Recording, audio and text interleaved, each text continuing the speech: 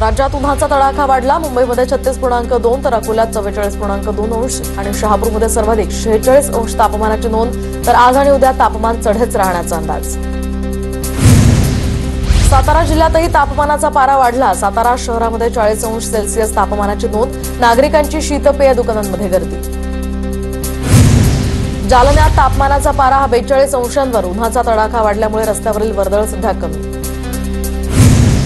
धाराशिवच्या मुरुम येणूर या परिसरामध्ये अवकाळी पाऊस तर आंबा द्राक्ष केळी फळांचं यामुळे मोठं नुकसान।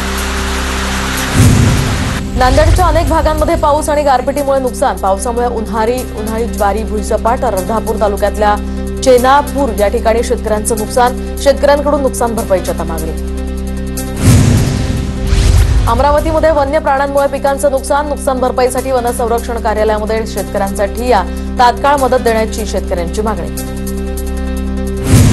कणकवलीमध्ये स्थानिक आणि परप्रांतीयांमध्ये बाचाबाची तर पतीला स्थानिकांनी मारहाण केल्याचा परप्रांतीय महिलेचा आरोप। भाजीचं दुकान लावल्यानंतर महिलेकडून स्थानिकांसोबत अरेरावीची भाषा, स्थानिकांचा आरोप।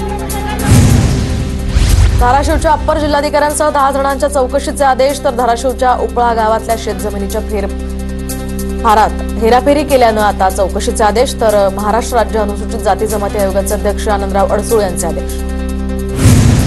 मुंबईमध्ये पाणी टँकर असोसिएशनची 10 एप्रिलपासून संपाची घोषणा। एनओसीच्या वादावरून पाणी टँकर असोसिएशनचा संपामुळे अनेक ठिकाणी पाणी पुरवठा विस्कळीत होण्याची शक्यता। रेल्वे प्रवासादरम्यान मोबाईल हरवल्यास आता 139 मदत वाहिनी क्रमांकावर तक्रार नोंदवण्याची सुविधा। मुंबई रेल्वे स्थानक आणि परिसरातनं रोज 5 ते 10 प्रवाशांकडून मोबाईल चोरीच्या तक्रारी। सिंधुदुर्गातील साटेलीमध्ये घराला आग लागल्याची घटना तर लाखो रुपयांचे यामुळे नुकसान। सुदैवानं कोणतीही जीवितहानी नाही। अकोल्याच्या अकोटमधील रमण चांडक यांची हत्या तर अकोट पोपटखेड या रस्त्यावर हत्या झाल्याची प्राथमिक माहिती। पोलिसांनी एका संशयिताला ताब्यात घेतलं। घटनेनंतर पोलिसात खुनाचा गुन्हा दाखल। लाल मातीची तस्करी करणारा रॅकेट उद्ध्वस्त तर कर्जतच्या तहसीलदारांची मध्यरात्री धडक कारवाई। वाहनांवर धाडी टाकत मोठ्या प्रमाणात लाल माती जप्त। गडचिरोलीतील विहीर कोसळलेल्या घटनेमध्ये 2 शेतमजुरांचा मृत्यू तर 10 फूट माती पडल्यामुळे जवळपास 10 तास माती काढण्याची मोहीम सुरू होती। वर्ध्यामध्ये डुक्कर आडवं आल्यामुळे अपघात तर कुटुंबातील 4घांचा यामुळे मृत्यू। रानडुक्कर आडवं आल्यामुळे अनियंत्रित कार टँकरवर धडकली। पोलीस कर्मचाऱ्यासह पत्नी आणि त्यांच्या 2 मुलांचा मृत्यू। रायगडमध्ये कार्डियाक रुग्णवाहिकेअभावी बाळंतीण महिलेचा मृत्यू तर रायगडच्या श्रीवर्धन उपजिल्हा रुग्णालयातला प्रकार। कार्डियाक रुग्णवाहिका नादुरुस्त असल्याचं समोर। छत्रपती संभाजीनगरमधील वसतिगृहाचं छत कोसळलं। हॉस्टेलमध्ये शेकडो विद्यार्थी राहतात। सुदैवानं या ठिकाणी कोणतीही जीवितहानी नाही। मुंबईतील कांदिवलीमध्ये इमारतीचा स्लॅब कोसळला। मजेठिया नगरमधल्या सोसायटीतली घटना तर स्लॅब कोसळून 2 जण जखमी। पुण्यामध्ये भाजपच्या महिला पदाधिकाऱ्यांकडून सलून दुकानदाराला मारहाण तर लव्ह जिहादचा आरोप करत महिला पदाधिकाऱ्यांकडून मारहाण। उज्ज्वला गौड या महिला कार्यकर्त्यांना दिला चोप। भंडाऱ्याच्या मोहाडी तहसील कार्यालयामध्ये संजय गांधी निराधार योजनेसाठी गर्दी तर कर्मचारी हेमंत गराडे हे दारू पिऊन काम करताना दिसून आला। दरम्यान जिल्हाधिकारी संजय कोलतेंकडून या प्रकरणी योग्य कारवाईचं आश्वासन। डोंबिवलीमध्ये पुन्हा प्रदूषणाचा कहर। एमआयडीसीतील निवासी विभागानंतर आणखी 27 गावातील काही काळे ठिपके आढळले तर वाढतं प्रदूषण पाहता मनसे आक्रमक। अधिकाऱ्यांना जाब विचारत धरलं धारेवर। बोरिवलीमधील भगवती रुग्णालयाबाहेर मनसेचं आंदोलन तर रुग्णालयाचं खासगीकरण होऊ नये या मागणीसाठी आंदोलन। मनसेचे मुंबई शहराध्यक्ष संदीप देशपांडे यांच्या नेतृत्वात आंदोलन। सोलापूरच्या करमाळ्यामध्ये शेतकऱ्यांच्या कर्जमाफीसाठी प्रहार संघटना आक्रमक। आमदारांच्या घरासमोर 11 तारखेला मशाली पेटवून प्रहारचं आंदोलन तर करमाळा पोलीस निरीक्षक विनोद घुगे यांना आंदोलनाचं निवेदन। शक्तीपीठ विरोधात आंदोलन करणारे सहाय्यक शिक्षक गिरीश फोंडेवरील यांची निलंबनाची कारवाई तर कारवाई मागे घेण्याची विविध शिक्षक संघटनांची मागणी। पालिका आयुक्त के मंजुलक्ष्मी यांना निवेदन। नाशिकच्या येवल्यामध्ये पाण्यासाठी शेतकरी आक्रमक तर पाण्याच्या मागणीसाठी शेतकऱ्यांचं जनसमाधी आंदोलन। देशमाने बुद्रुकमधील पाणी वापर संस्थांना सोडण्याची मागणी। हिंगोलीमध्ये महिलांच्या कर्करोग संदर्भात संजीवनी अभियान मोहीम सुरू, तर महिला दिनाचं औचित्य साधून मोहिमेचं आयोजन. महिलांवर मोफत उपचार करून कर्करोग मुक्त जिल्हा करणार असल्याची जिल्हाधिकाऱ्यांची प्रतिक्रिया. नाशिकमध्ये रामरथ आणि गरुड रथ यात्रेला सुरुवात, तर कामदा एकादशीला श्रीराम आणि गरुड रथ यात्रा काढण्याची शेकडो वर्षांची परंपरा. काळाराम मंदिराच्या पूर्व दरवाजापासून रामरथ यात्रेला सुरुवात.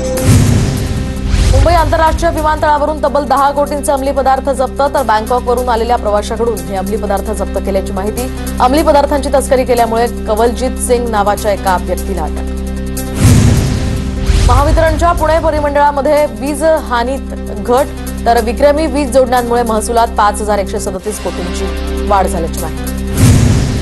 पुणे महापालिका, जिल्हा परिषद, पीएमआरडीएनं जिल्ह्यातील धरणांच्या स्वच्छ पाण्यासंदर्भात आता सर्वकष आराखडा तयार करावा.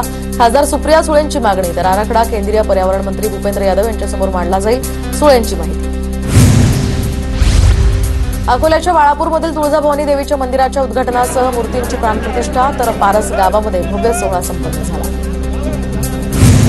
वारीमध्ये गर्दीच्या व्यवस्थापनासाठी एआय तंत्रज्ञानाची मदत, पंढरपुरातल्या चाचणी यशस्वी, तर प्रत्येक वर्षी होणाऱ्या सोहळ्यामध्ये गर्दीवर नियंत्रण ठेवण्यासाठी एआयचा वापर केला जाणार. रामनवमी उत्सवात आता साईचरणी तब्बल 4,26 लाखांचं दान अर्पण, तर साईबाबा संस्थानचे उपमुख्य कार्यकारी अधिकारी भीमराज दराडे यांची माहिती. रामनवमी उत्सवाच्या निमित्तानं 2.5 लाखांहून अधिक साई भक्तांनी घेतला दर्शनाचा लाभ. खासदार सुप्रिया सुळेंच्या हस्ते इंदापूरच्या मानाच्या कावडीची आरती, तर हर हर महादेवाच्या गजरात श्रद्धेचा उत्सव रंगला.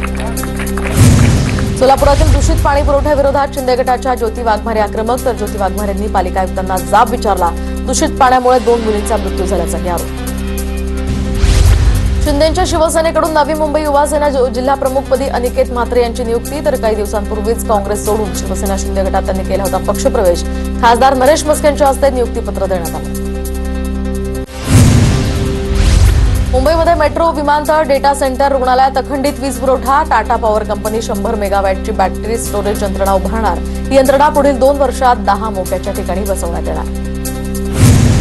माजी क्रिकेटपटू केदार जाधव यांचा भाजपमध्ये पक्षप्रवेश, तर प्रदेश अध्यक्ष बावनकुळेंच्या उपस्थितीत केदार जाधवांचा प्रवेश. उल्हासनगरमधील झेप्टोच्या गोदामात मुदत संपलेल्या चपात्या, मशरूम आढळले, तर मनसे कार्यकर्त्यांच्या पाहणीत प्रकारासमोर. नागरिकांच्या जीवाशी खेळ सुरू, मनसेच्या उल्हासनगर शहराध्यक्षांचा आरोप. शुभम शेळकेच्या हद्दपार नोटीसवर 21 एप्रिलला सुनावणी, तर शुभम शेळके हे महाराष्ट्र एकीकरण समितीचे युवा नेते. शुभम शेळकेंवर शहर आणि परिसरात 8 गुन्हे दाखल. कर्नाटक सरकारच्या अलमट्टी धरणाच्या उंची वाढीविरोधात सांगलीतल्या लोकप्रतिनिधींनी फुंकलं रणशिंग. अलमट्टीची उंची वाढवण्याविरोधात सांगली, कोल्हापूर आणि सातारा जिल्हा बंद ठेवून निषेध करण्याचा निर्णय. लाडकी बहीण योजनेचा हप्ता अक्षय तृतीयेच्या मुहूर्तावर मिळणार. एप्रिलचा हप्ता 30 एप्रिलला मिळणार असल्याची माहिती. शेतीचे वाद मिटवणाऱ्या सलोखा योजनेला 2 वर्षांची मुदतवाढ, तर 2027 पर्यंत मुदतवाढ देण्याचा बावनकुळेंचा निर्णय. शासन आदेशही जारी. छत्रपती सहकारी साखर कारखान्याच्या निवडणुकीचे बिगुल वाजले, तर खासदार सुप्रिया सुळे, पृथ्वीराज जाचक यांच्या इंदापुरातील निवासस्थानी भेटीला. साखर कारखान्याच्या निवडणुकीसंदर्भात सुप्रिया सुळे यांची भेट. बुलढाण्याच्या पालकमंत्र्यांनी ताटकळत ठेवलं पीपल्स रिपब्लिकन पक्षाचं आंदोलन. भडगावमध्ये बौद्ध बांधवांसाठी स्मशानभूमी बांधण्याची मागणी. संतप्त ग्रामस्थांकडून घोषणाबाजी करत जिल्हा प्रशासनाचा निषेध. बनावट कागदपत्रांद्वारे लाडक्या बहिणींच्या नावे अर्ज. मानखुर्दमधील 35 महिलांच्या नावे 20 लाखांचं कर्ज घेतल्याचं उघडकीस. आरोपींमध्ये वित्त कंपनीतील 2 कर्मचाऱ्यांचाही समावेश.